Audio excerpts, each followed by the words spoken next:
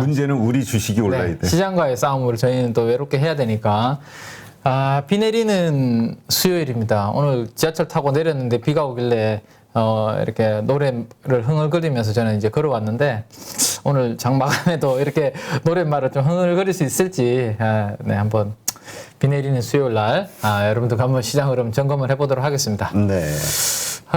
일단 중국 쪽 먼저 한번 보고요. 사실 오늘 새벽에 이제 해외 증시는 이제 내일 뭐 FOMC 회의가 있다 보니까 그렇죠. 조금 소강 상태였기 때문에 일단 중국 먼저 보고 미국 쪽 흐름 한번 점검을 해보도록 그렇게 하겠습니다. 일단 중국은 또 뭐 살짝 하루 쉬는 듯 하더니만 어제 강세 흐름을 보였습니다. 1% 정도 강세를 보였다라고 이렇게 내용이 나와 있죠. 그래서 그거 보시면 될 것 같고, 여전히 중국 증시를 견인하는 것은 이 경기 부양에 대한 기대감 뭐 이런 부분들인 것 같습니다. 뭐 여러 가지 유동성을 우리는 다 전 세계적으로 이제 금리 올리면서 쪼이고 있는 상황인데, 중국은 계속 이제 금리도 대출 금리도 이렇게 인하하면서 계속 이제 경기 부양을 시켜주려고 하는 이러한 스탠스가 중국 증시의 상대적인 미인으로 이제 작용을 하고 있다라는 말씀 우리가 이야기를 나눴고요.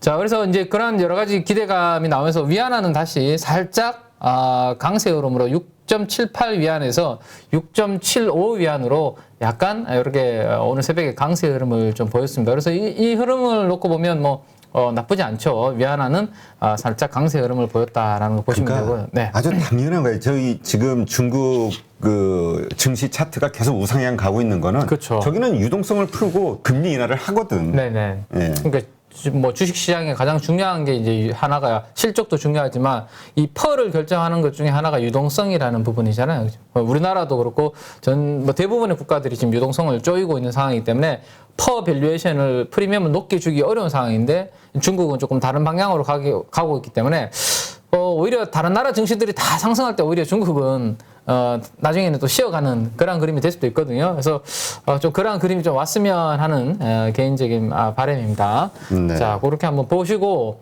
그래서 이제 또 하루 쉬었다가 이제 양봉을 하나 이제 이렇게 불뚝 세웠는데요.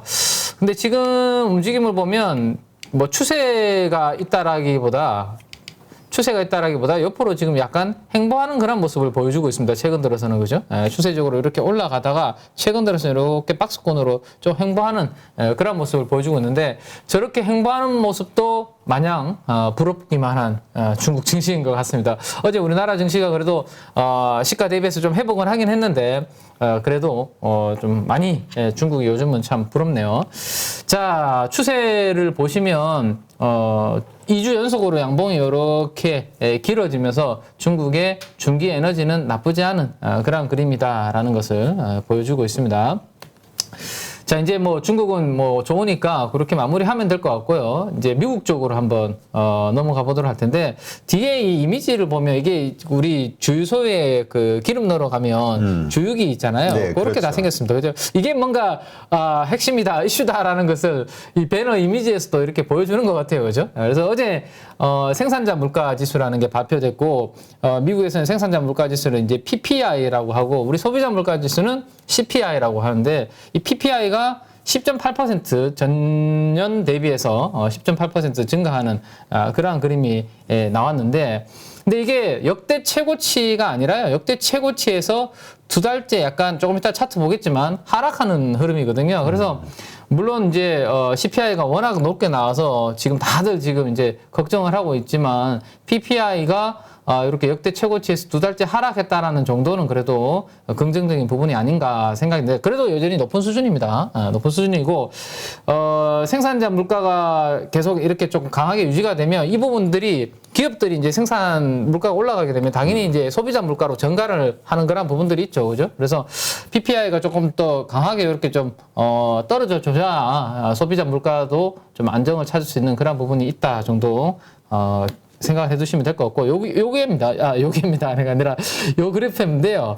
요기요는 저기 요기요 전화번호가 몇 번이더라. 좀 알려드려 이따가 가실 때. 자, 여기 이제 두 달 전에 최고치를 찍고요. 지난달에 10.9, 이번에 발표된 게 10.8. 그래서 두 달 연속으로 이렇게 하락을 하는 모습인데 큰 폭으로 떨어지는 건 아닙니다. 어쨌든 이렇게 이제 하락을 하고 있기 때문에 좀 뚝뚝뚝 떨어지죠. 떨어지면 소비자 물가도 이제 앞으로 영향을 줄 수 있으니까 다음 달 한번 PPI는 한번 기대를 좀 해봐야 될 것 같고요. 이제 이런 부분들이 긍정적으로 앞으로 이제 기대가 되는 게 오늘 이제 뉴스가 또 나왔죠. 이제 중국산에 대해서 소비재 관세에 대해서 인하를 검토하고 빠르면 6월달 이달 중에 발표를 하겠다라고 했습니다. 그래서 트럼프 정부에서 좀 무책임하게 막 관세를 매긴 부분이 있는데 그 부분을 좀 원위치시키고 정상화시키겠다라는 이야기를 오늘 추가적으로 또 나왔습니다. 그래서 물가를 떨어뜨릴 수 있는 여러 가지 요소, 어제 한 3가지 정도 요소를 우리가 3-4가지 정도 이야기를 나눴습니다. 그죠? 휴전이라든지, 그 다음에 뭐 사우디나 중동 쪽에서의 대규모 증산이라든지, 그 다음에 이제 미국 내에서 이제 에너지와 관련된 정책적인 변환, 전환, 뭐 이런 부분들 말씀드렸는데 또 하나가 지금 이야기 나오고 있는 이러한 중국산 소비재 관세 인하, 이 부분이 될 겁니다. 그래서 이게 확정이 되면 어느 정도 물가에는 좀 도움을 준다라는 거 생각하시면 되고, 다만 이게 소비재 관련해서만 그 관세 인하 검토를 하고 있지, 뭐 철강이라든지 뭐 이런 원자재 있잖아요. 이런 부분들에 대해서는 검토 안 하고 있다라고 명확하게 선을 그었다. 그 우리 그 계속 얘기했던 게 철강 관세 인하, 네네. 그 뭐지 쿼터 늘리고 뭐 이런 네네. 거 기대했었는데 네네. 물 건너갔네요. 그거는 우리나라고요. 네. 우리나라의 쿼터 이제 그 부분이고, 지금은 중국산? 네, 중국산의 이제 철강이라든지 이런 그건 계속 기대해도 돼요? 우리나라는 저는 아직 11월달, 왜냐하면 선거 이후에 어제 말씀드렸던 것처럼 그때 이제 다시 한번 검토하자라고 상무부 대표가 이야기를 했으니까 기대감이 완전히 꺼진 건 아니다라고 저는 우리나라는 그렇게 말씀드릴 수 있을 것 같아요. 네. 네.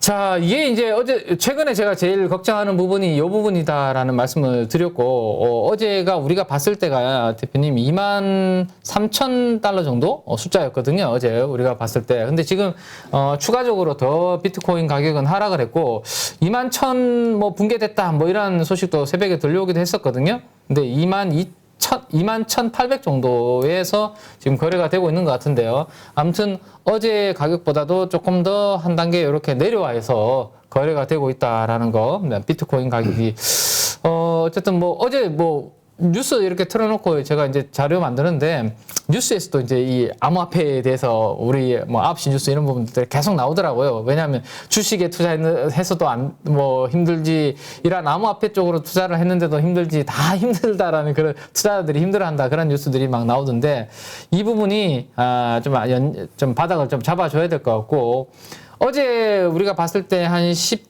정도 초반이었거든요, 심리는. 근데 오늘 추가적으로 더 하락을 해서 거의 뭐 10m로 내려갔으면 거의 최바닥권이라고 보시면 될 거예요. 극단적인 공포 심리 구간으로 지금 이 암호화폐 시장은 얼어붙었다 정도로 보셔야 될 것 같습니다. 근데 이거는 뭐가 바닥을 만들지는 사실 알 수가 없는 거예요. 이게 그렇죠. 모멘텀이 어떤 게 나오실지. 왜냐하면 펀더멘탈 우리가 뭐 밸류에이션을 할 수 있는 분야가 아니다 보니까 뭐 PBR 뭐 이런 거 따질 수도 없고, 그래서 심리적으로 어떻게 바닥을 찍어줄지 그 뉴스는 계속 체크를 좀 해야 될 것 같고, 이 부분이 어쨌든 금융시장에도 최근에 영향을 주고 있으니까 체크를 계속 업데이트를 하도록 그렇게 하겠습니다. 그 다음에 이제 원유 시장인데요. 이게 이제 가장 핵심 포인트죠. 어쨌든. 네. 그러니까 요즘 저거를 중요시 여기는 분들이 많아요. 그냥 모든 지표, 보조 지표 가운데서 그냥 원유만 보면 된다. 네네네. 원유 지표만. 맞습니다. 뭐, 다른 것도 다 중요하지만 지금 에너지 가격이 가장 이제 물가에 영향을 많이 주는 부분이다 보니까 이 유가가 어느 방향으로 움직이는지, 우리나라 장중에도 그래서 원유 선물 켜놓고 이렇게 보시는 분들이 많으시거든요. 유가 움직임을 체크하시는 분들이 많은데, 어제 123달러 배럴당 원유 선물이 움직였었는데, 다행히도 지금 보시는 것처럼 이렇게 수직으로 이렇게 쭉 하락을 해서 지금은 119달러 아래에서 118 정도 수준에서 지금 움직이고 있다라는 거 보시면 좋을 것 같습니다. 뭐 큰 폭으로 많이 더 떨어지는 건 아니지만 그래도 120달러 아래로 지금 내려와서 조금 주춤하고 있다라는 부분은 좀 긍정적인 부분인데요. 요 이야기가 나왔습니다.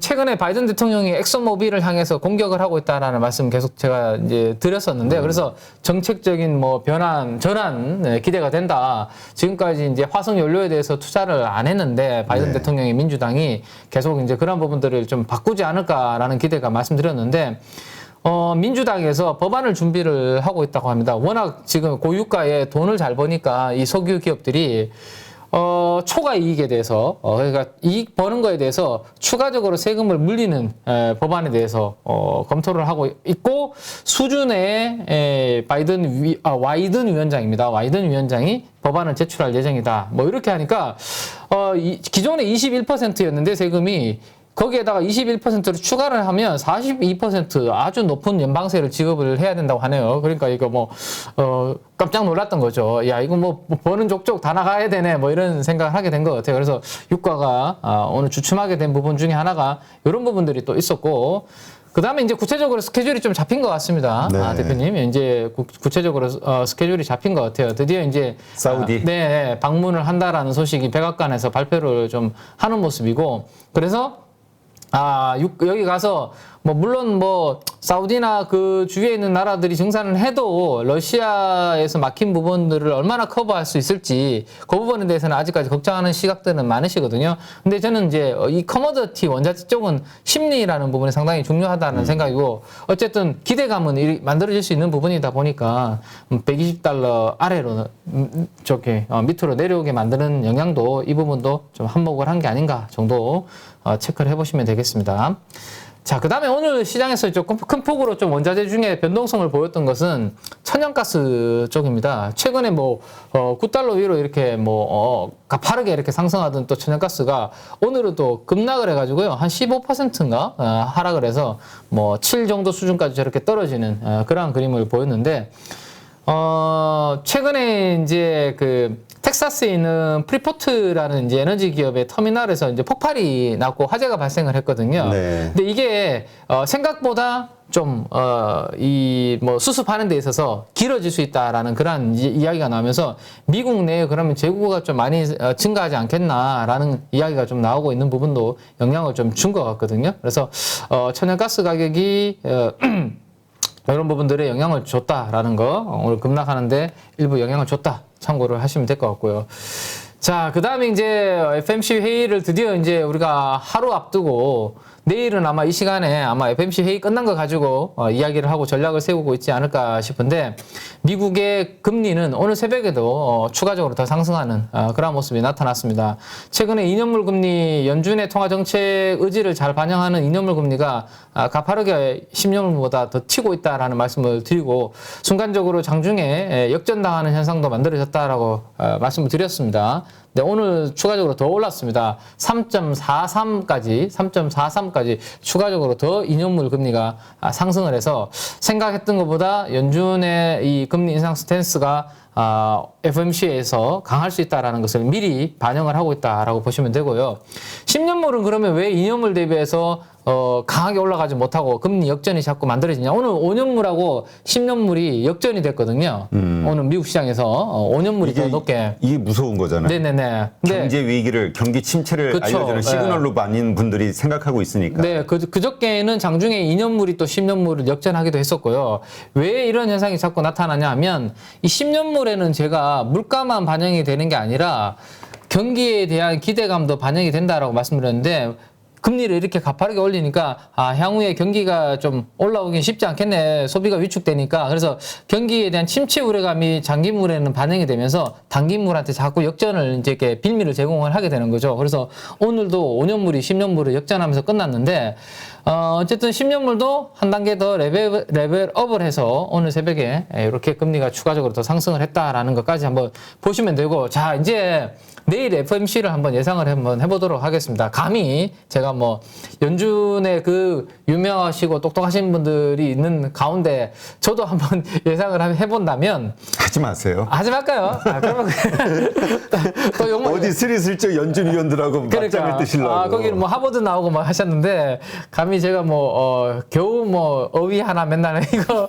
사우스 코리아 이런 거 아마 해석하고 있는데, 감히 제가. 아니, 매사끼 얘기하시는 분은 안 돼. 그래서 그냥 나온 그러면 팩트를 그대로 전달을 해드리도록 하겠습니다. 내일 과연 50bp 인상을 할 것인지 빅스텝, 아니면 75bp 인상을 할 것인지 자이언트 스텝, 설왕설래 이야기들이 많은데, 우리 815 가족 여러분들한테 제가 팩트를 가지고 설명을 그러면 한번 드리면, 제 생각은 빼고요.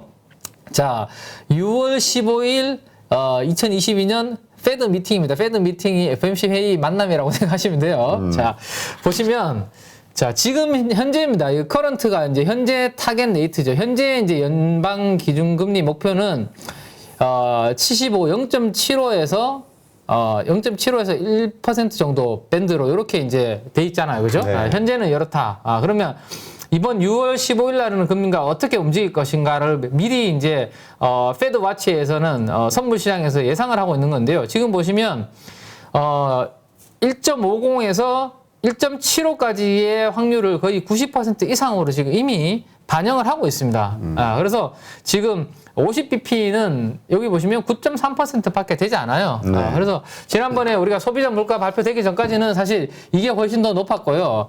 75bp 인상 기대감이 훨씬 더 낮았거든요. 근데 CPI가 딱 발표되고 난 다음부터 역전이 돼가지고 시장은 이미 75bp 인상할 것을 선물 시장에서는 반영을 하고 있다는 거죠. 네. 근데 이게 거의 그대로 FOMC 회의에서는 결정이 되는 경우가 많았거든요. 그러면 우리 가족 여러분들이 생각하신다면 내일 만약에 75bp 인상 금리를 딱 결정했다라는 뉴스가 나온다. 그럼 시장에서 악재일 거냐? 아니라는 거죠, 제 생각에는. 왜냐하면 이미 이 시장에서 반영을 하고 있고 2년물, 10년물도 다 움직이고 있고 주식시장도 반영을 하고 있으니까 75bp 인상했다라는 것에 대해서 너무 내일 새벽에 걱정할 필요는 없다라는 게 제 생각이고, 또 하나 말씀을 드리면 그러면 75bp 인상이 현실로 닥쳐도 증시에는 그렇게 큰 영향 끼치지 않을 것이다. 네, 뭐 아마도 이거 결정에 대해서는 영향을 안 줄 것 같고요. 3시부터 있는 기자회견에서 그러면 하반기에 가이던스를 어떻게 주는지 그게 이제 아마 중요하지 않을까. 이 금리는 75bp는 거의 기정사실화되어 있기 때문에 75bp 인상해도 별로 출렁임이 없을 것 같고요. 그 다음에 이제 가이던스를 9월달, 그 다음에 11월달, 12월달 이제 스케줄에서 더 어떻게 내가 생각을 하고 있다라는 그 코멘트가 아마 영향을 주지 않을까 싶은데, 지금은 근데 지금 보시면 7월 달도 한번 보시면 7월 27일 날 우리 또 미팅이 있거든요. 7월 27일도 지금 보시면 여기 제일 왼쪽이 50bp고요. 여기가 75bp 중간이 제일 오른쪽이 1%포인트 올리는 겁니다. 근데 지금 보시면 이미 7월 달에도 94%로 금리를 올릴 것이었으로 얼마? 75bp를. 그러니까 2달 연속으로 75bp 올릴 것을 이미 이제 연방 페드 와치에서는 다 이미 반영을 하고 있기 때문에 이거 가지고는 별로 뭐 걱정을 안 하셔도 될 것 같다. 그래서 만약에 파월 의장이 이제 기자회견을 하는데, 근데 시장에서는 이런 걱정도 해요. 왜냐하면 파월이 예전에 이런 이야기 한 적이 있거든요. 75bp를 만약에 한 방에 인상을 할 때는 미리 시장과 소통을 하고 먼저 알려주겠다라고 했는데, 지금 그 이야기 없었고 내일 하면 살짝 시장이 이건 뭐야? 라고 할 수 있는데, 저는 차라리 50bp 하는 것보다 이렇게 반영을 하고 있으니까, 그리고 금리 시장도, 채권 시장도 반영하고 있으니까, 그렇게 75bp 인상하는 게 맞지 않을까 생각인데, 그거는 뭐, 파월 의장의 마음에 따라서 달려있을 것 같은데요. 아무튼, 7월달까지 2번의 75bp 인상은 반영을 하고 있기 때문에, 이 부분에 대해서는 시장에서 별로 걱정을 안 할 것 같고, 다만, 이제 파월 의장이 이제 하반기에 7월달 이후에 있을 때, 거기에서도 공격적으로 나는 이거 뭐 더 해야 될 수도 있다라고 한다면 시장이 출렁일 수도 있겠지만, 그게 아니라 이게 핵심 물가, 그러니까 식료품이나 에너지를 제외하면 물가가 그렇게 뭐 위태롭지 않은데 너무 사람들이 이거 걱정하고 있고 오버하고 있는 거 아니에요? 라고 이런 뉘앙스를 던져준다면 오히려 이 FOMC 회의를 기점으로 75bp 인상한 걸 기점으로 시장은 조금 안정을 찾을 수도 있는 그런 기대감도 제가 봤을 때 가져볼 필요도 있을 것 같아요. 네, 그래서 내일 기자회견 코멘트를 한번 잘 75bp 우리가 이제까지 계속 시장이, 그러니까 지난번에 시장이 가장 두려워하고 급락하고 했던 이유는 자이언트 스텝 75bp가 할까봐 네. 그랬는데 네. 이제는 뭐 이러저런 이유로 두들겨 해도, 맞으면서 네. 오히려 75bp 해도 그래서 네. 인플레이션만 잡을 수 있다면 라는 네네. 기대감으로 네네. 증시는 그냥 갈 것이다. 그렇죠. 75bp 인상을 하면 거기에 대해서는 별로 뭐야 이거 75bp는 인상을 했네? 하라고 걱정하는 건 아닐 거고 네. 그 다음에 이제 하반기에 가이던스를 공격적으로 제시 안 하고 그냥 조금 물가에 대해서 우려감만 약간만 잠재워주는 모습 나온다면 좀 불확실성 해소와 함께 좀 안정을 찾는 그런 그림을 한번 예상을 해봐도 되죠. 왜냐하면 미리 다 반영을 해놨으니까요. 국채 시장도 그렇고 주가도 그렇고. 그래서 그 부분 한번 기다려 보도록 하겠습니다. 자, 그래서 75bp 2달의 연속으로 이 부분은 이미 시장에서 반영이 되고 있다 정도 생각을 하시면 될 것 같고요. 자, 그 다음에 이제 유로화 움직임을 봐야 되는데, 유로화가 살짝 지금 강세 움직임으로 움직이고 있습니다. 살짝입니다. 거의 뭐 변화가 없다라고 보시면 됐어요. 그래서 금리 인상 22에서 금리 인상에 대한 이야기가 나왔는데 네네네. 크게 영향은 없는 그런 상황이고요.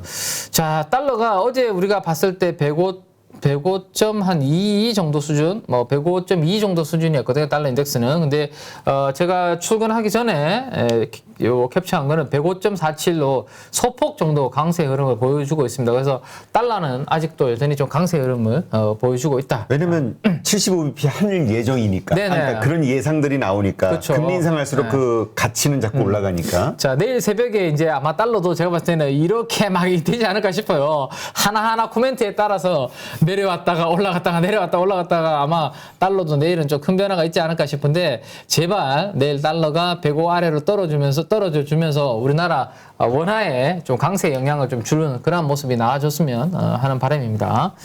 자, 그래서 어제 이제 우리나라 달러 원 환율의 흐름을 보시면 이제 볼린저 밴드 하단부에서 상단부까지 터치를 했고 상단부 터치하니까 지금 다시 이제 좀 약간 저항을 받는 모습이죠. 어제 음봉을 이렇게 만들었습니다. 상당히 시가 높게 출발해서 전고점을 뚫었습니다. 1292원까지 이렇게 뚫어버렸다가 밀리면서 음봉으로 마감이 되긴 했었거든요. 그래서 볼린저 밴드 상단부의 저항을 좀 받는 모습인데 자, 여기에서 이제 FOMC 회의가 끝나고 달러 인덱스의 방향에 따라서 우리나라 달러 원 환율도 다시 볼린저 밴드 중간까지 이렇게 강세를 좀 보여줄지 아니면 위로 더 치고 나갈지 아마 중요한 분기점이 아마 오늘과 내일 사이가 되지 않을까 싶네요. 그래서 달러는 전고점 정도 수준에서 딱 변곡점에 와 있다 정도 한번 참고하시고 이건 우리나라가 뭐 결정할 수 있는 부분이 아니라 글로벌 매크로 통화에 따라서 움직임이 내일 결정될 거기 때문에 오늘은 차분하게 한번 흐름을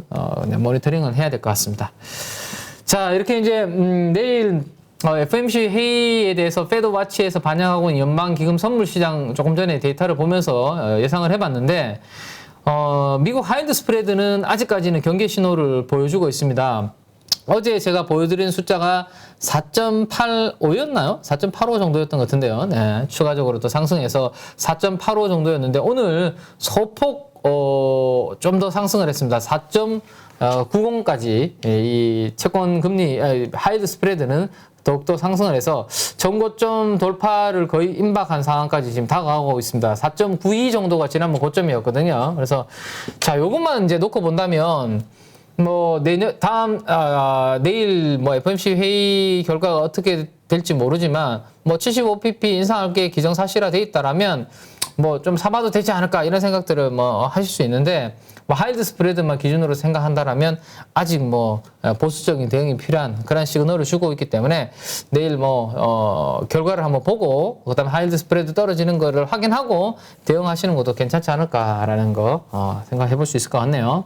네. 자, 오늘은 변화가 없었습니다. 오늘 미국 시장도 거의 뭐 혼조세 보합권에서 끝났죠. 그러다 보니까 투자 심리도 그냥 어제와 별 다른 모습이 없는 17 정도 수준에서 끝났다 정도로 보시면 될 것 같고 오늘 미국 시장의 특징은 요 하나로 이 문장 하나로 말씀드리면 될 것 같아요. 금리가 살짝 조금 쉬니까 주가 올라갔다가 금리가 올라가니까 주가 빠졌다가 금리에 따라서 왔다 갔다 하루 종일 미국 증시가 반응하는 그런 모습이었습니다. 그래서 미국 증시도 보합권 내외에서 왔다 갔다 하면서 오늘은 내일의 결과를 기다리는 모습 이 정도가 오늘 미국 증시의 핵심 포인트 정도로 정리를 해드리면 될 것 같고요. 어제는 그래도 뭐 피바다였다면 오늘은 군데군데 그래도 초록색 불이 좀 들어와 있습니다. 그죠? 그 중에서 뭐 테슬라가 가장 눈에 띄실 것 같고요. 2.4% 정도 상승하면서 테슬라가 눈에 띄고, 그 다음에 일부 뭐, 반도체 관련주들, 그 다음에 마이크로소프트, 애플, 구글, 막 강보합 정도에서 뭐 최근에 하락한 거에 비하면 거의 뭐 그쵸. 기술적 반등이 미미한 수준인데, 그냥 그렇죠. 그냥 보합이죠. 내일 회의를 앞두고 아마 공격적으로 뭔가 매수세가 들어오기는 지금 쉽지 않은 미국 시장의 흐름이다 보니까 내일 아침에 여기가 다 푸른 잔디밭으로 변했으면 하는 그런 바람으로 한번 하루 기다려 보도록 그렇게 하겠습니다. 자, 이렇게 이제 미국 나스닥의 일봉도 뭐 전혀 그래서 이제 최근에 만들어진 갭을 뭐 메우는 시도는 하지도 못했고요. 오늘 새벽에도 여기 아래쪽에서 그냥 음봉 하나 매달려 있는 그런 모습이죠. 그래서 만약에 내일이 변곡점이 된다면, 아주 센 변곡점이 된다라면, 요런 양봉 하나가 나와주면 금상첨화가 되지 않을까.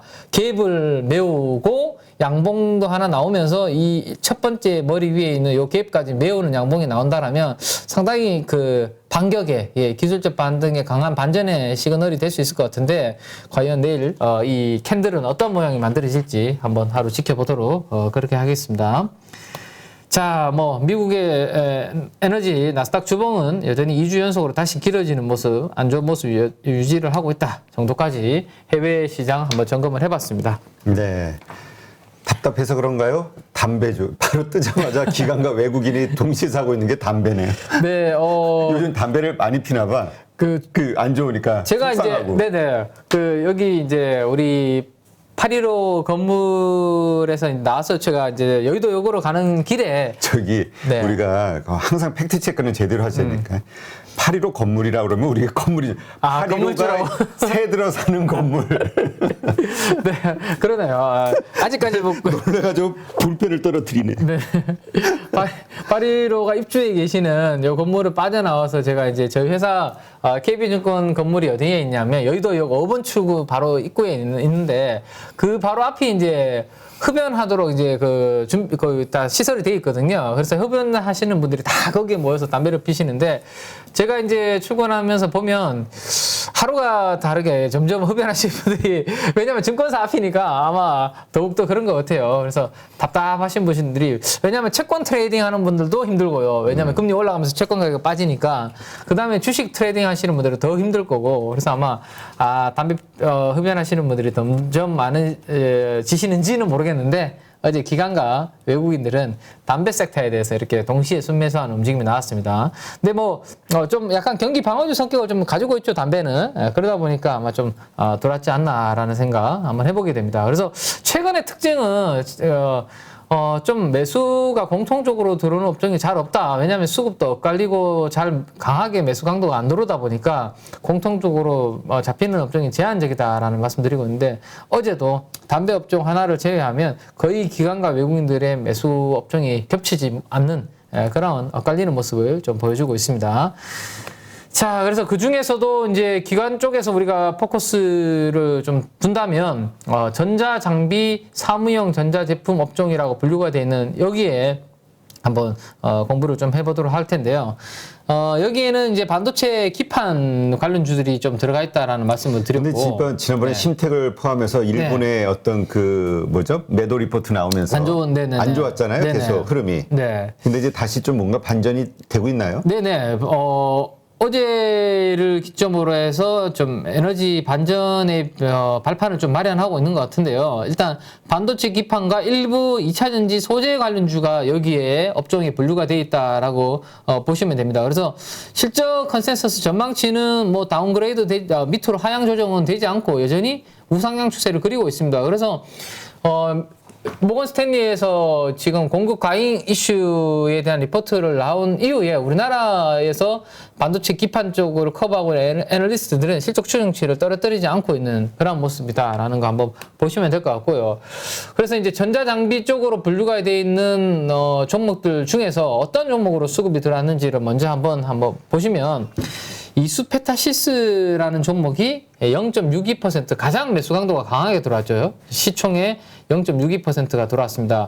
이수페타시스는 여러분들 잘 아시겠지만 제가 MLB 이야기 많이 해드렸습니다. 그죠? 이 MLB가 멀티 레이어라고 했습니다. 한 층이 아니라 8층, 뭐 16층 아주 고다층 기판. 이게 주로 5G와 같은 고성능 통신용 기판으로 많이 들어간다라고 말씀드렸고 여기도 이제 글로벌리 쇼티지가 만들어지고 있다 보니까 그다음 중국에서 이제 이 수출 제한이 걸리고 미국에서 중국산 통신 장비 기판을 안 쓰다 보니까 우리나라와 대만 기업들이 상대적으로 수혜를 보면서 이 수페타시스 쪽으로 이제 수주가 많이 들어오고 있다. 있다. 그런 말씀을 드렸는데요. 어제 매수 강도가 0.62% 이렇게 들어왔다라는 거 보시면 되고, 그 다음에 이제 대덕전자입니다. 대덕전자는 키워드만 딱딱 기억을 하시면 됩니다. 여러분들 플립칩 BGA 요게 이제 대덕전자의 핵심 아이템이죠. 그래서 이거는 고성능 기판이라고 말씀드렸습니다. 고부가 같이. 그래서 이거는 아직 글로벌리 이제 과잉 쪽이 아니다라는 말씀을 드렸는데, 모건 스탠리에서는 살짝 부정적인 내용을 내긴 했지만, 그래도 최근에 우리나라에서는 그러한 부분들에서 반박을 계속 하고 있는 상황이다라는 거 보시면 되고요. 그 다음에 이제 심텍이라는 종목이 또 있습니다. 그래서 이스페타시스, 대덕전자, 심텍 요 세 종목으로 이제 반도체 기판 관련주는 좀 집중이 되었다 정도로 한번 보시면 될 것 같고, 2차전지 소재주 중에서 이제 그나마 들어온 종목은, 여기에서 들어온 종목은 대주전자재료, 그 다음에 대주전자재료는 실리콘 응극제를 하고 있는 쪽이죠. 그 다음에 솔루스 첨단 소재, 여기는 이제 동박을 하고 있는 쪽입니다. 그래서 이들 쪽으로, 2차전지 소재 쪽으로는 조금 들어왔다 정도 보시고, 조금 구체적으로 반도체 기판에 대해서 그러면 왜 아직 공급 과잉을 생각하기는 좀 이른가에 대한 이야기를 한번 아이디어를 찾아본다면, 최근에 이런 기사가 하나 나왔는데요. 한국 반도체 기판 업계에서 장비난이 벌어지고 있다. 그래서 우리나라 기업들보다 글로벌리 탑은 일본에 있는 이비덴, 신코 이런 기업들이 반도체 기판의 글로벌 탑이라고 말씀드렸습니다. 근데 얘네들을 추격을 해야 되는데 이 반도체 기판에 장비난이 벌어져서 우려가 된다. 이런 기사 내용인데, 그러니까 증설 발표는 많이 했거든요. 심텍도 그렇고 뭐 대덕전자도 그렇고 증설 발표는 많이 했는데, 증설하려면 장비를 반입을 해야 되는데 장비를 못 구하니까 증설하는데 지금 힘들고, 그러다 보니까 추격하는데 힘들다 이런 내용인데, 이걸 거꾸로 생각을 해보면 증설 못하면 이 수급이 지금 타이트한 상황에서 공급이 지금 원활하지 않은 상황이 좀 더 계속 이어질 수 있는 그런 부분들이 만들어지는 거거든요. 어떻게 보면, 역으로 생각해 보면. 그래서 이 부분에 아마 우리 국내 반도체 기판을 커버하고 있는 애널리스트 분들은 실적 추정치를 하향시키지 않고 견조하게 유지를 시키고 있고, 조금 이따가 제가 보여드리겠지만 유안타 증권에서 이제 우리 여성 그 애널리스트 분이신데 반도체 기판을 커버하고 있는 분은 오히려 2분기 실적 추정치를 지금 상향 조정을 한 리포트를 어제 발간을 했거든요. 그래서 이런 부분들이 영향을 업계에서는 좀 받고 있다라는 거, 증설 일정이 지연되고 있다. 이 증설 때문에 이 피크아웃 논란이 있었는데 이게 지연이 되고 있다는 거 한번 생각을 해보시면 될 것 같고, 그래서 최근에 가격 조정을 좀 가파르게 좀 받았거든요. 다들 이 종목들이. 그래서 밸류에이션을 오래간만에 어제 기준으로 다시 한번 업데이트를 해왔습니다. 그래서 1분기 실적 기준으로 연환산을 했을 때 제일 오른쪽을 보시면 되고요. 앞으로 1년 뒤에 벌어들일 이익을 기준으로, 예상을 한 기준으로 밸류에이션을 하는 것은 여기 기준입니다. 그래서 뭐 두 개 비교를 하시면 별로 숫자가 크게 차이가 없기 때문에 어떤 거를 보셔도 크게 상관없을 것 같고, 싸게는 4배에서 뭐 한 8배 정도 사이에 이렇게 거래가 되고 있기 때문에 업황의 쇼티지 치고는 아직까지 밸류에이션이 뭐 그렇게 많이 뭐 과하다 정도 수준은 아닌 것 같고, 최근에 심텍이 주가가 가장 강하게 이번에 모건 스탠리 보고서와 함께 타격을 많이 받다 보니까 밸류에이션이 아주 4배까지 이렇게 떨어지는 그런 부분이 있었다 정도 한번 체크를 하시고, 그 다음 요거는 이제 제가 새롭게 한번 한 땀 한 땀 준비해보는 이제 컨텐츠인데요. 그러니까 2분기 실적 발표를 이제 앞두고 있기 때문에 6월이 지나면 7월이 실적 발표 시즌이 다가오기 때문에 지금부터는 뭘 보셔야 되냐면 2분기 실적에 대해서 가이던스를 상향 조정을 시키는 이제 종목들이 나올 거거든요. 그 종목들은 상대적으로 2분기 실적 발표를 앞두고 견조할 수 있고요. 오히려 시장 대비해서 아웃퍼폼을 할 수 있습니다. 그래서 제가 앞으로 수급이 좀 잡히고 좀 똘똘한 우리가 공부해 볼 만한 종목들 위주로는 증권사에서 실적 추정치를 상향 조정을 시키는지 그 부분들을 제가 앞으로는 계속 보여드릴 텐데, 먼저 첫 번째 타겟으로 어제 반도체 기판 쪽 이슈가 있었기 때문에 제가 한번 가져가 봤습니다. 대덕전자인데요. FC BGA 쪽을 하는 대덕전자가 증권사별로 커버하고 있는 증권사가 지금 보시는 것처럼 이렇게 한 8개, 9개 증권사들이 있습니다. 자, 근데 2분기 실적에 대해서 평균치 컨센서스는 얼마냐면 520억이에요. 520억. 예. 근데 그 대신증권에 제가 성함이 갑자기 기억이 안 나네. 좀 연세가 좀 오래되신 분인데, 김강호인가? 아무튼, 대신증권의 IT를 총괄하시는 애널리스트 분이 계신데, 그분이 지금 보시면 가장 세게 부르고 있죠? 580억. 그죠? 시장의 평균은 520억을 나올 것으로 생각하고 있는데, 대신증권에 이제 우리, 김강호 님인가? 아무튼 580억을 이렇게 제시를 하고 있습니다. 그래서 가장 세게 부르고 있는데, 어제 제가 유안타증권에서 그 대덕전자와 이스페타시스에 대해서 실적 추정치를 상향 조정하는 리포트가 나왔다라고 말씀드렸잖아요. 그죠? 그래서 유안타증권에서 6월 14일 날 2분기 실적 대덕전자 발표를 했는데요. 574억으로 발표를 했습니다. 그래서 최근에 DS라든지 하이투자증권에서 나온 것보다 훨씬 더 상향 조정시켜서 2분기 실적이 574억 나올 겁니다. 라고 이렇게 주장을 했고요.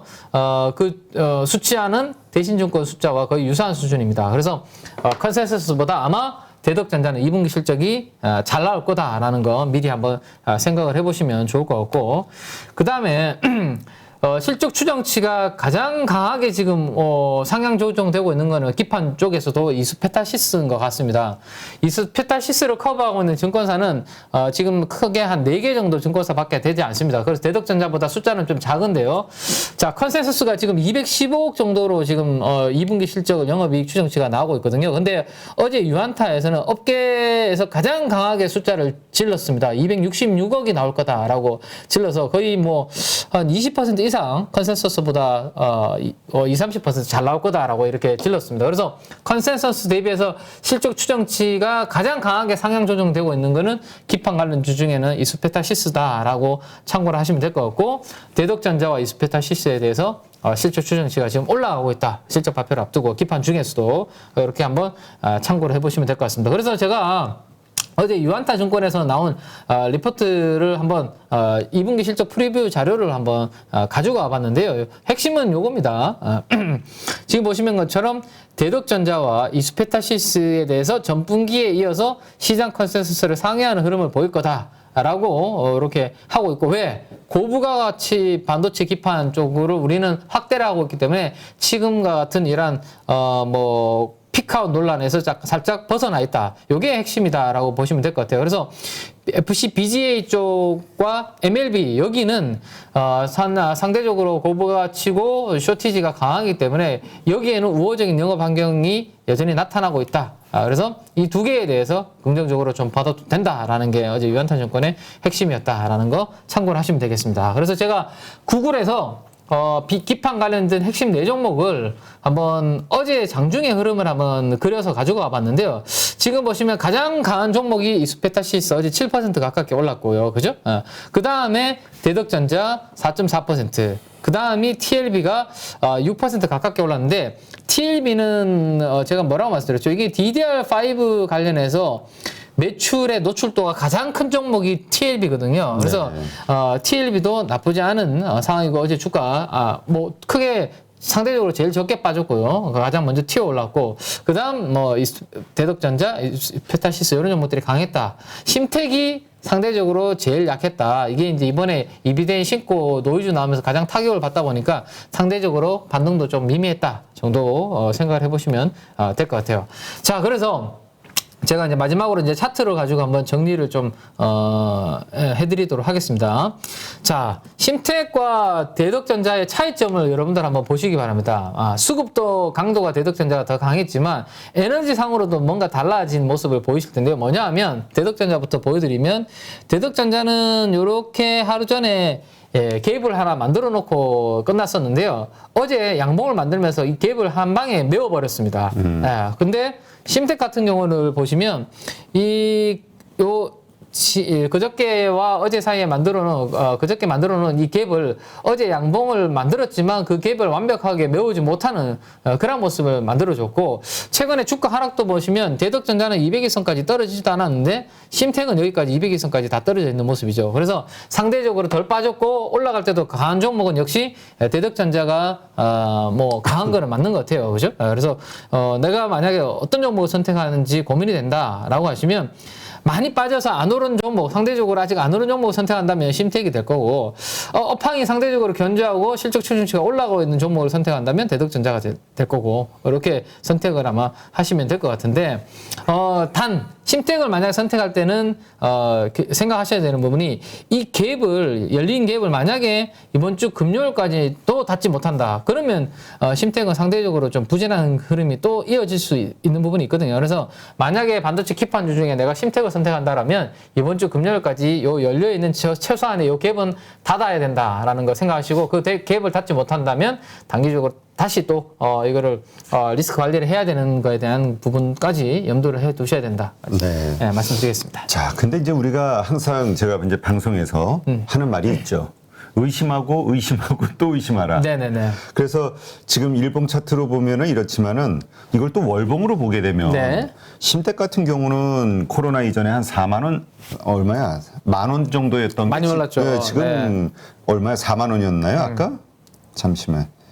심택이 그렇죠. 지금 43,000원이니까 많이 올랐단 말이에요. 그렇죠. 많이 올랐죠. 대덕전자도 네. 지금 한 8,000원 정도 하던 게 지금 많이 3만 원까지 올랐고. 네네, 많이 올랐습니다. 그러니까 이게 물론 실적이 뒷받침돼주긴 하는데 네. 계속 이렇게 올라갈 것이냐. 그러니까 이 실적에 대한 이 밸류에이션에 대한 것은 한번 좀 고민을 해볼 필요가 있을 것 같아요. 맞아요. 네네. 그래서 그래 만약에 긴 주봉과 월봉의 이 흐름을 보시는 분들은 야 이거 많이 올랐는데 단기적으로 이제 많이 빠졌다고 해서 이게 들어가도 괜찮겠나라는 생각하실 텐데 저는 지금 구간에서 주식이 우리가 아주 긴 관점에서 방망이를 길게 잡기는 저는 어려운 상황이라고 생각되거든요. 근데 만약에 내일 불확실성 해소로 생각이 되고 시장이 반등을 준다라면 단기적으로 낙폭이 과대한 종목부터 저는 튀어오를 거라는 생각이고 그 중에서도 실적이 어느 정도 2분기 실적에 기대감이 있는 종목이 세게 올라올 수 있거든요. 그래서 지금 이 반도체 기판 관련주들에 대해서 롱텀 관점에서 긴 관점으로서 막 중장기 투자 관점으로 말씀드리는 게 아니라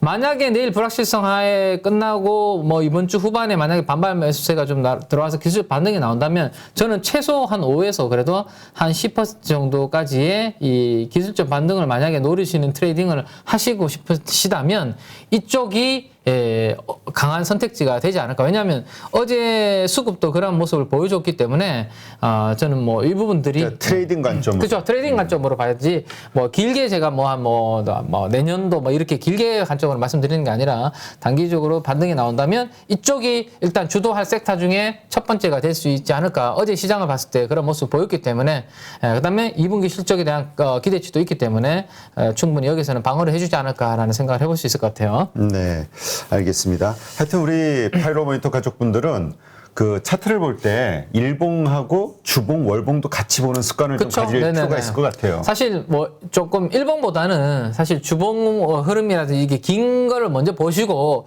그 다음에 이제 또 일봉을 보시는 게 훨씬 필요할 수 있습니다. 이번 요 얘기 나왔으니까 코리아 서키트도 한번 좀 의견 좀 한번 주세요. 네. 마니주리님. 근데 코리아 서키트는 제가 우리 마니주리님, 마니주리님. 네, 마니주리님, 마니주리님이 우리 그 방송을 보셨는지 모르겠는데 제가 반도체 기판 쪽에서는 제일 안 좋다, 부정적으로 얘기 드렸던 종목이 코리아 서키트거든요. 왜 그런 말씀을 드렸냐면, 코리아 서키트가 스마트폰 관련돼서 그 매출 노출도가 가장 기판주 중에서는 가장 높은 종목입니다. 그리고 또 하나가 뭐냐면 제가 HDI 기판이라는 이야기를 해드렸는데 그 이야기 잠깐만 요거 이제 차트 캡처하면서 다시 해드릴게요. 자, 지금 보시면 코리아 서키트가 다른 기판주 대비해서 훨씬 약하다는 게 심택이 여기 200일선에 지금 걸려 있잖아요. 그죠? 네. 근데 코리아 서키트는 200일선보다 훨씬 더 많이 떨어졌고 나머지 뭐 TLB라든지 이수페타시스, 대덕전자는 여기 위에 있거든요.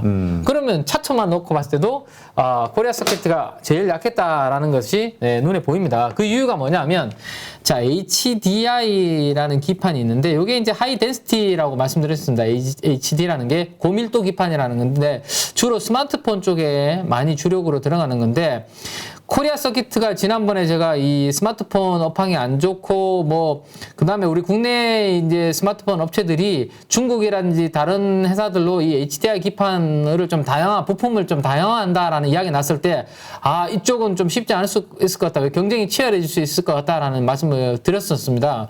왜냐하면 스마트폰 쪽은 저사양이기 때문에 중국 애들이 워낙 잘해요. 그래서 우리나라 삼성전기라든지 대덕전자 이런 회사들은 여기 사업에서 이미 다 철수했거든요. 상황이거든요. 예, 철수한 상황이기 때문에 경쟁이 이제 좀 심하기 때문에 다른 쪽으로 다 갔는데 코리아 서킷가 아직까지도 아직 이 분야에 대해서 노출도가 있다 보니까 상대적으로 제일 부진하거든요. 그래서 올라올 때도 저는 좀 회복하는 부분이 좀 제일 적지 않을까. 물론 주가가 많이 빠졌기 때문에 단기적으로 좀 올라올 수는 있겠지만 기술적 반등이 나왔을 때 반도체 기판주 중에서는 좀 비중을 제일 빨리 줄이셔야 되는 게 이 코리아 서킷가 아닐까 생각입니다. 네.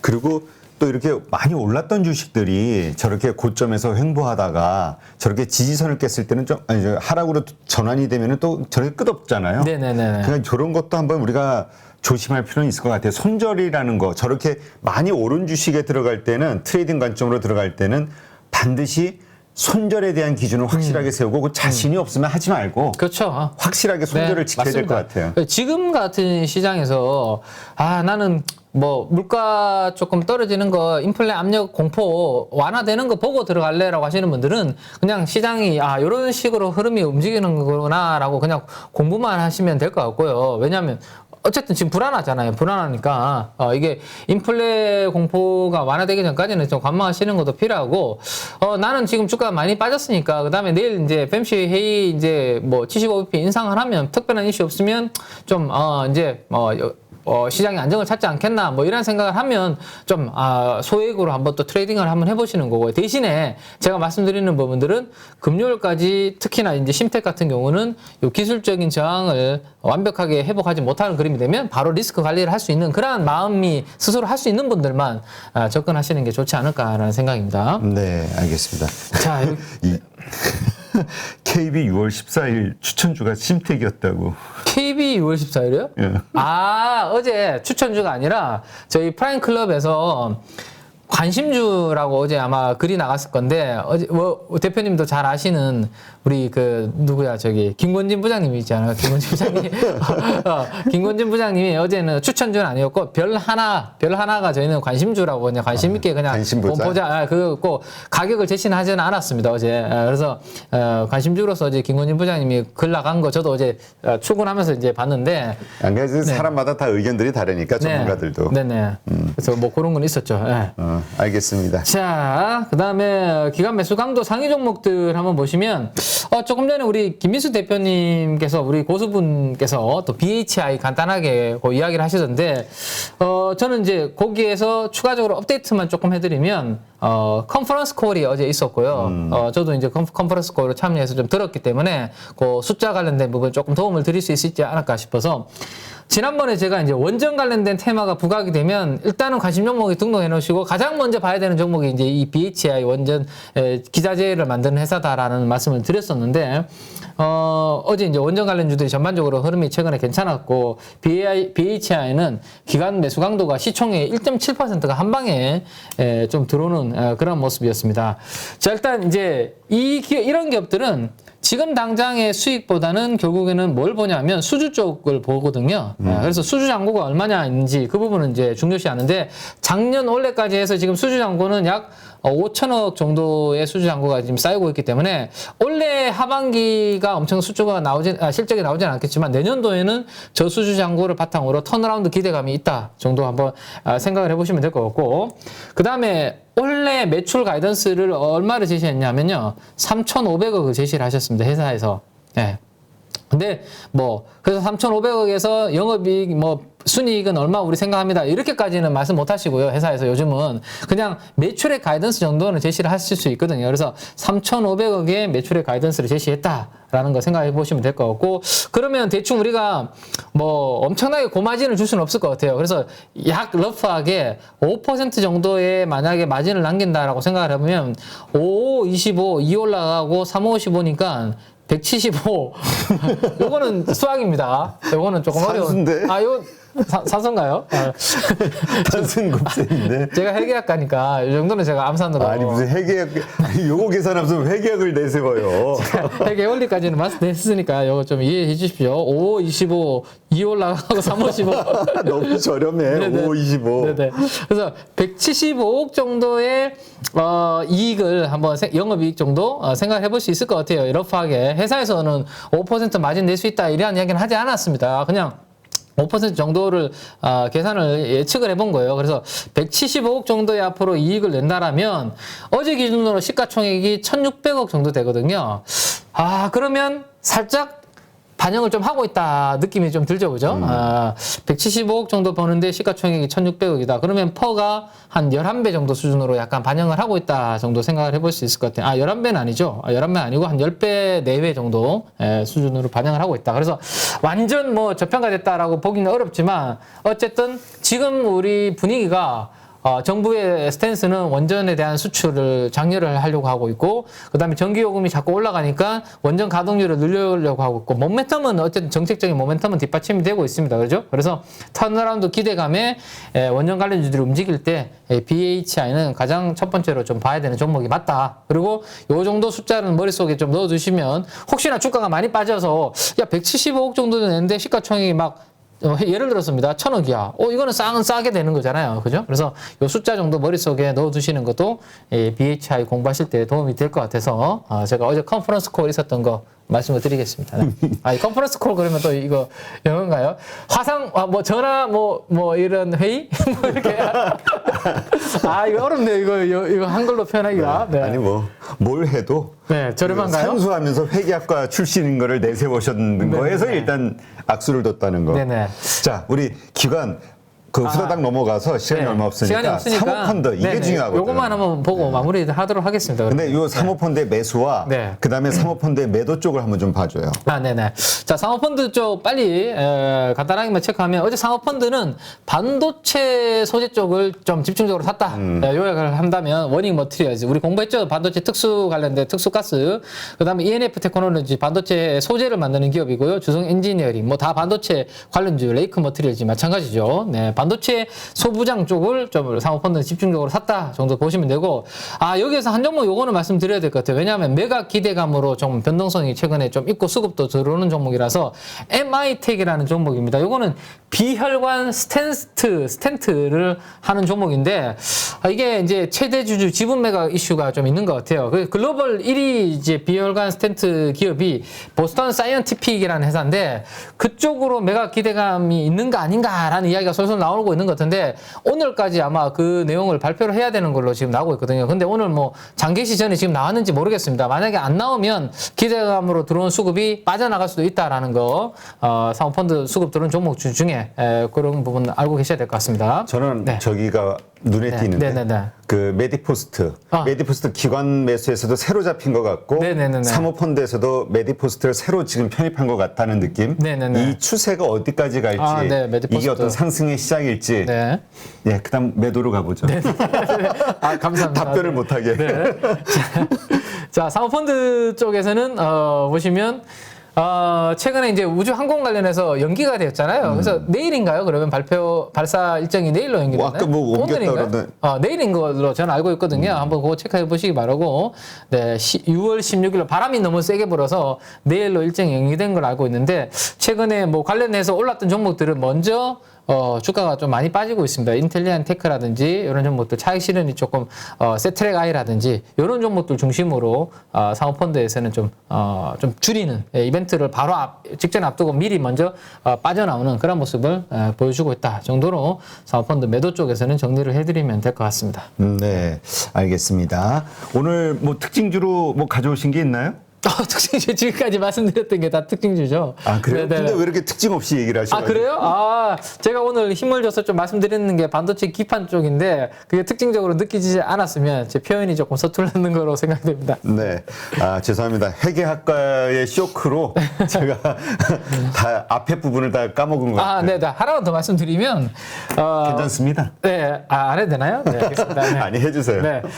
어제 핵심은 어쨌든 반도체 기판과 그 2차전지 소재 쪽이었거든요. 그 2차전지 소재 쪽이 최근에 에코프로비엠, 그 다음에 우리 그 LNF, 양극재 쪽이 다시 지금 흐름이 좀 좋아지고 있는데, 우리 예전에 공부했었던 거 기억나시죠? 양극재 에코프로비엠과 LNF가 좋아지면, 캡하는 LNF 대비해서 3분의 1 정도 수준인데, 시가총액은 5분의 1까지 벌어져 있는 코스모 신소재 쪽으로 또 관심이 좀 확산이 될 수 있거든요. 그래서, 지금 시장에 어제, 반등을 줄 때 가장 강하게 움직이는 쪽이 반도체 기판과 2차전지 소재 쪽 쪽이었는데 2차전지 소재 쪽은 코스모 신소재까지 그렇게까지 또 확장을 해서 보시면 되지 않을까 싶습니다. 네, 알겠습니다. 누구나 1시간 안에 200개 종목에서 좋은 종목을 고를 수 있는 그런 능력을 배양할 수 있도록 제가 도와드리려고 그렇게 하고 있습니다.